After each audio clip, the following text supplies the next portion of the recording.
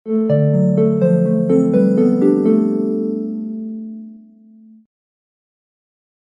And welcome to the world wide post. दोस्तों, China और Muslims को लेकर बड़ी खबर निकल कर और ये न्यूज को ना नेशनल और इंटरनेशनल मीडिया लगातार कवर कर रहा है, अपने चैनल पर चला रहा है। चाइना ने जो काम 2019 में शुरू किया था ना, उसे अब कंप्लीट कर लिया है। कोई भी चाइना को नहीं रोक पाया है, चाहे वो ऑर्गेनाइजेशन ऑफ इस्लामिक कॉरपोरेशन यानी OIC हो या यूनाइटेड नेशंस हो या GCC अरब कंट्रीज क्यों ना हो, किसी ने चाइना को नहीं रोका है। अब यहाँ पर ना ये फोटो को आप देख सकते हैं, ये चाइना की आखिरी और सबसे बड़ी मेजर अरबिक स्टाइल वाली मस्जिद थी। 2019 में ये कुछ ऐसा दिखती थी, जिसके मिनारेट्स और डोम्स अरबिक स्टाइल में थे। इसको चाइना ने ना अब कंप्लीटली ट्रांसफॉर्म कर दिया है। इसको चाइनीज कम्युनिस्ट पार्टी ने चाइनीज पगोडा स्टाइल में कन्वर्ट कर दिया है, जो मतलब एशियन चाइनीज स्टाइल माना जाता है।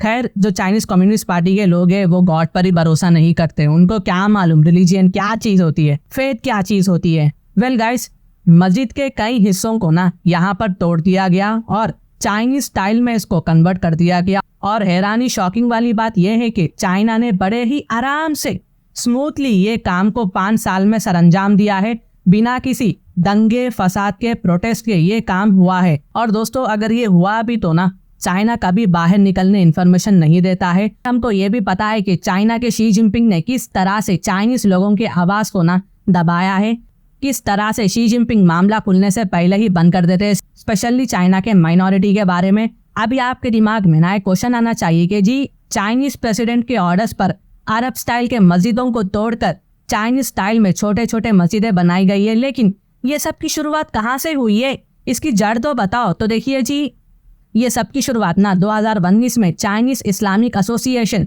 CIA और communist party of China CPC की एक मीटिंग के बाद हुई है। और ये मीटिंग दर्शाता है कि आज के time organisation of Islamic corporation की क्या औकात हो चुकी है। कुछ नहीं कर सकते ये लोग, बस बात करें कि मीटिंग मीटिंग मीटिंग ही बुलाते हैं, उससे ज्यादा कुछ और बढ़कर तो काम नहीं होता है इनसे, नाम के रह गए हैं ये लोग। उस मीटिंग में ना CPC के ऑफिशियल्स ने डायरेक्टली चाइनीज इस्लामिक एसोसिएशन के लोगों को ये बोला कि जी, हम कम्युनिस्ट पार्टी वाले एक 5 साल का एक प्लान बनाएंगे, जिसमें जहां जहां चाइना में जो मुसलमानों के मस्जिदें हैं उनका आर्किटेक्चर चाइनीज स्टाइल में कन्वर्ट कर दिया जाएगा। ठीक है।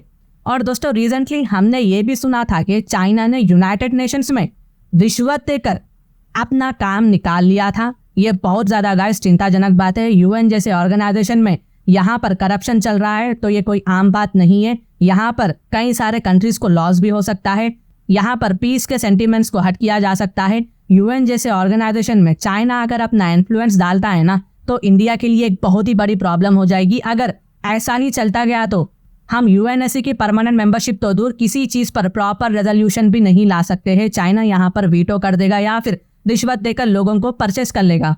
और दोस्तों, चाइना हर चीज के लिए ना एक 5 साल की प्लानिंग बनाकर चलता है, ठीक है ना। अभी के लिए चाइना 2020 से 2025 तक मस्जिद वाला प्लान लेकर चल रहा था। अब आने वाले टाइम पे अगले 5 साल का प्लान ताइवान हो सकता है। ताइवान को यहाँ पर टारगेट किया जा सकता है। यहाँ पर चाइना 2025 में न्यू प्लान बनाएगा, उसको 5 साल के लिए इम्प्लीमेंट भी करेगा। तो हाई पॉसिबिलिटी से गाइस, इस प्लानिंग में ताइवान को कब्जा करने की बात की जाएंगी, क्योंकि ऑलरेडी सिग्नल्स बहुत ज्यादा हाई है। हम दिन भर दिन देख रहे हैं ताइवान को लेकर चाइना का जो एग्रेशन है वो बढ़ते जा रहा है। पास में आप देख सकते हैं चाइना ने किस तरह से ताइवान पर एक तरह से डराने के लिए एक नाटक किया था, नाटक वाला अटैक किया था। वॉरशिप प्लेन सबके सब यहाँ पर आ गए थे। और दोस्तों, चाइना 5 ईयर प्लान पर कॉन्स्टेंटली काम भी करता रहता है, रुकता नहीं है, आराम नहीं करता है, और एंड में अल्टीमेटली हमको इसका रिजल्ट भी देखने को मिलता है। अगर चाइना ये पॉलिसी को अच्छी तरह से इम्प्लीमेंट करे ना, कुछ अच्छाई के लिए इम्प्लीमेंट करे ना, तो ये बहुत अच्छी बात होगी। अगर ये बुराई के लिए इम्प्लीमेंट करता है तो चाइना को एक ना एक दिन इसकी कीमत भी चुकानी होगी। और यहाँ पर मस्जिद का जो आर्किटेक्चर चेंज करने के साथ साथ हलाल फूड के खिलाफ भी बड़े स्टेप्स लिए गए हैं चाइना के द्वारा। चाइना ने खुद का चाइनीज स्टाइल ऑफ इस्लाम को चाइना में इम्प्लीमेंट किया था।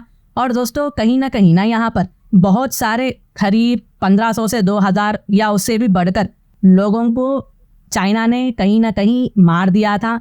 तब जाकर ये जो मस्जिदों का जो केस है वो एक तरह से रुक गया था। इतने सारे लोगों के सैक्रिफाइस के बाद जो भी चाइना में अभी जो मस्जिदें हैं ना, वो टिकी हुई है।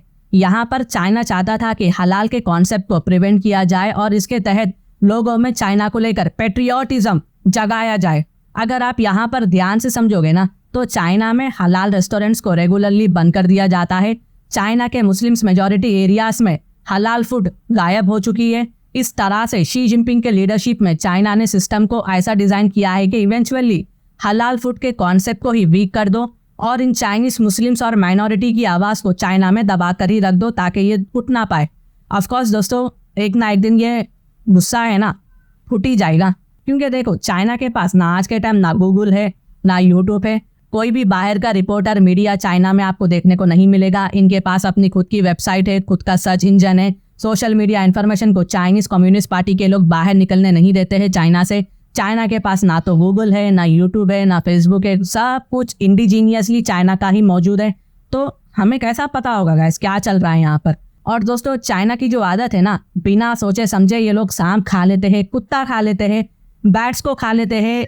अगर सब ऐसे ही चलता रहा ना, हाइपोथेटिकली स्पीकिंग के एक दिन चाइना कोरोना वायरस से बड़ी वायरस का शिकार हो सकता है, दुनिया को डेंजर जोन में डाल सकता है। हमें ये न्यूज़ बहुत बार सुनने को भी मिलती रहती है कि चाइना में ये वायरस आ गया, दुनिया को ये वायरस दिख गया। और दोस्तों, मुझे ये अलग से कहना पड़ेगा कि अक्सर लोग हलाल को लेकर कंफ्यूज हो जाते हैं हमारे यहाँ ना। मतलब मैं कहना तो नहीं चाहूँगा, लेकिन कहीं ना कहीं गलतफहमी हो चुकी है।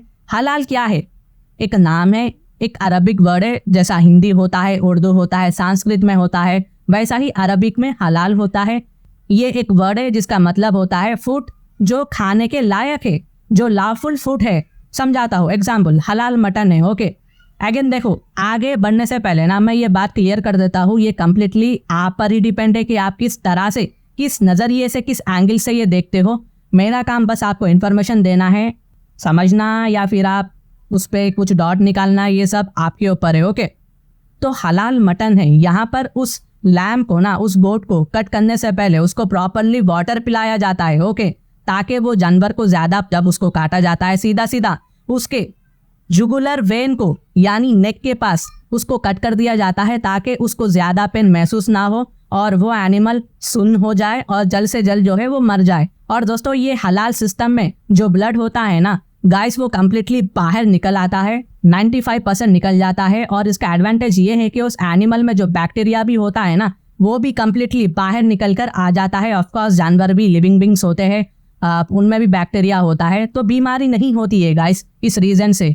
बस मैं यही कहना चाहता हूँ, बाकी का आपकी मर्जी, आप किस एंगल से देखते हो। ठीक है, अगर मैं चाइना के केस में बोलूँ तो यूट्यूब पर आपको बहुत चीज़ें देखने को मिल सकती है, किस तरह से वो काटते हैं, खाते हैं, ब्लड तक साफ नहीं करते गाइस प्रॉपरली। जिंदा सांप को गर्म पानी में डालकर मार देते हैं, फिर उसे कच्चा खा लेते हैं। पता नहीं मतलब कैसे, मतलब इंसान है गाइस प्लैनेट पर ये ऐसा करका वायरस या फ्लू को जन्म दे देता है। मुझे पता है कि ये टॉपिक थोड़ा बाहर चल रहा है, लेकिन अगेन देखो, ये कहना भी बहुत ज़्यादा ज़रूरी है, चाइना की वजह से किसी भी तरह के वायरस का सामना ना करे आने वाले टाइम में।